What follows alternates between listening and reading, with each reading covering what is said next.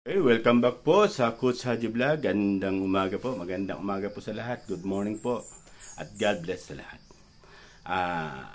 Sa inaabot ng programang ito, kung ano man ang kulturang mayroon po kayo, kung gabi po o tanghali, magandang tanghali po. At magandang gabi po sa lahat. Pero dito sa ating bansang Pilipinas, dito sa aming bansang Pilipinas ay alas 6:30 ng umaga. Okay? Sa lahat ng mga nag-subscribe po, thank you po. Na-appreciate ko po yun sobra. Sa mga hindi pa po nagsusubscribe, subscribe na po kayo. Kung mabigat naman po yung subscription, kahit na yung like na lang po o comment sa baba, thank you po, thank you. At na-appreciate ko na po yun. Salamat po at God bless po sa lahat.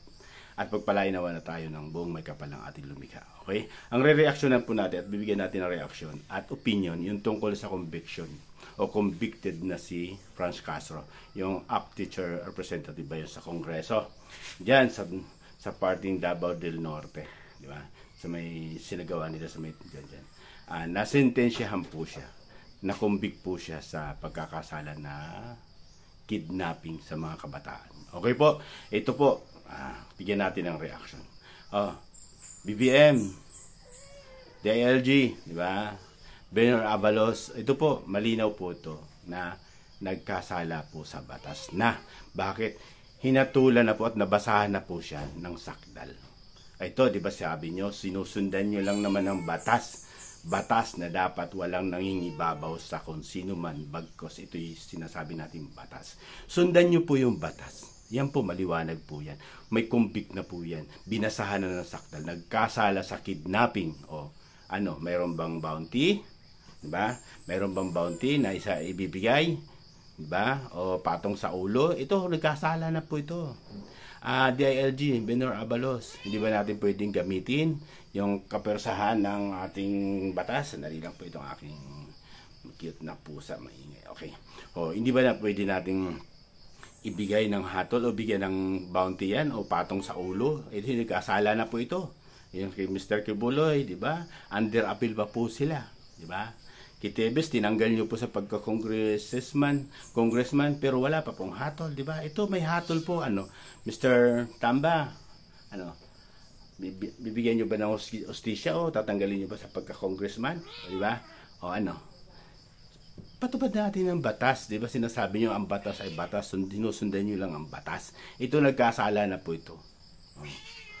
Patupad nyo yung batas para pantay-pantay po, para makita ng sambayan ng Pilipino na talagang sumusunod po kayo sa batas. Sinusundan nyo, di ba sabi nyo, gagamitin nyo, ginagamit ng buong puwersa, di ba, ng ating pamahalaan, di ba?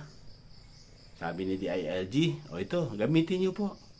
Pagbigay po kayo dito ng ano pa mga aksyon, di ba? Malinaw po ito. Ano ba? Kumo ba kapanalig o nagbibigay ng hindi siya negatibo sa mga pahayag tungkol laban sa inyo, hindi niyo bibigyan ng action to, di ba? Maging patas po sana tayo, maging patas po sa lahat ng larangan, di ba? Ito, nagkasala na po ito, di ba? Ito si Franz Castro, tingnan nyo ha. Tingnan nyo ha. Kumakahusga, o di ba? Ipakukulong si Tatay Digong, di ba? Kumakahusga kay BP Sara, ganun-ganun na lamang.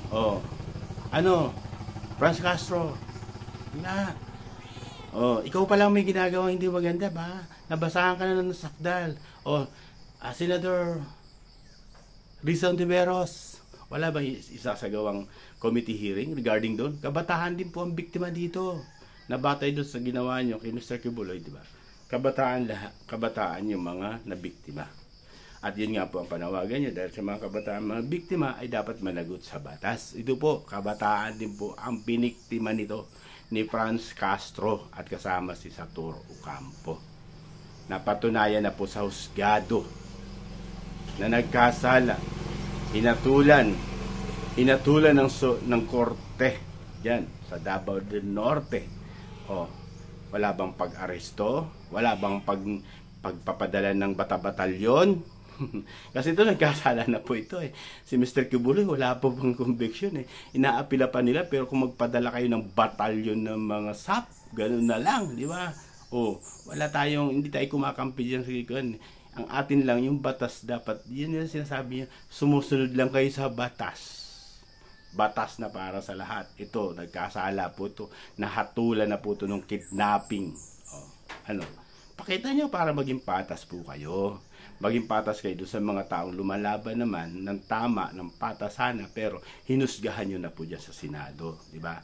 O, Senator Ontiveros, patawag ka po ng hearing dyan, Senate hearing po sa committee mo. Dahil mga kabataan din po ito, mga nabiktima dito. Mga kabataan na biktima na para sa lahat, di ba? Alam namin, sobrang pagkiling mo sa mga kabataan, ito, nagkasala na po ito, di ba? Kabataan din yung mga biniktima. Ay dapat magsagawa ka rin po ng Senate hearing yan for ang tinatawag na, di ba, para makagawa ka ng pamantayan sa paggagawa ng batas, di ba? Eh, patawag mo po ito para pantay-pantay po tayo, di ba? Pantay-pantay, walang kinikiling o walang tinititigan, di ba? Ito, malinaw na nagkasala. Hinatulan ng korte sa Davao del Norte, itong si Acting Representative Franz Castro. Ano, tamba? May gagawin ka bang aksyon para matanggal sa Congress yan? Kasala po yan. Mayroon na po yung hatol. Binigyan na po ng hatol ng Korte ng Korte yan, di ba? Oh, ano ba? Katulad din bang ginawa nyo kay Tevez, Congressman Tevez? Parehas nyo po. Ang pagkakaiba nga lang po, di ba? Wala pang hatol si Tevez, di ba? Siya may hatol na. Mas mabigat po siguro dapat na bigyan ng bigat, di ba? Mr. BBM, yung sinasabi mo sumusunod lang sa batas. Sinusundan nyo lang ang batas. Dapat ipatubad ang batas. Patubad nyo po, Mr. BBM. Sundan nyo po yung tamang batas na ibinaba ng korte laban dito kay Franz Castro at kay Satur Ocampo. Okay po. Salamat at God bless. Sana nabigyan po natin ng mga gandang opinion at reaction regarding sa mga batas na to. Yung mga lumalabag sa batas. Ito nagkasala. Maliwanag na po. Hi po. Hi. Hey, hello. Ito si Cute po ito. Si Cute. Cute. Hi. Mga friend. Hi po. Hi. Okay. God bless po. Tatlo. Magandang umaga po. Sana po pagpalain po tayo ng lahat. Basta sa akin sinasabi po. Diba? Kapag mali. Pag tama, doon tayo magsama-sama. God bless po sa lahat.